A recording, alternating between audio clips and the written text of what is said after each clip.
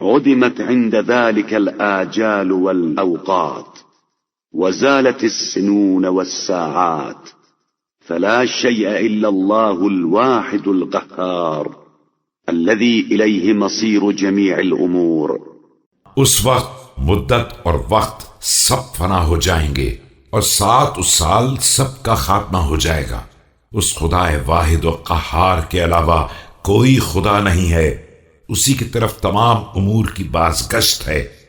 بلا قدرة منها كان ابتداء خلقها، وبغير امتناع منها كان فناؤها، ولو قدرت على الامتناع لدام بقاؤها، لم يتكاءته صنع شيء منها إذ صنعه۔ اور کسی شے کو بھی اپنی ایجاد سے پہلے اپنی تخلیق کا یارہ نہ تھا، اور نہ فنا ہونے کے وقت انکار کرنے کا دم ہوگا۔ اگر اتنی ہی طاقت ہوتی تو ہمیشہ نہ رہ جاتے۔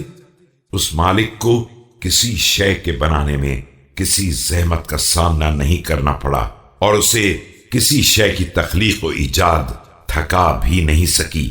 ولم يؤته منها خلق ما خلقه وطرأه، ولم يكونها لتشديد سلطان، ولا لخوف من زوال ونقصان، ولا للاستعانة بها على ند مكافر، ولا للاحتراز بها من ضد مثاور۔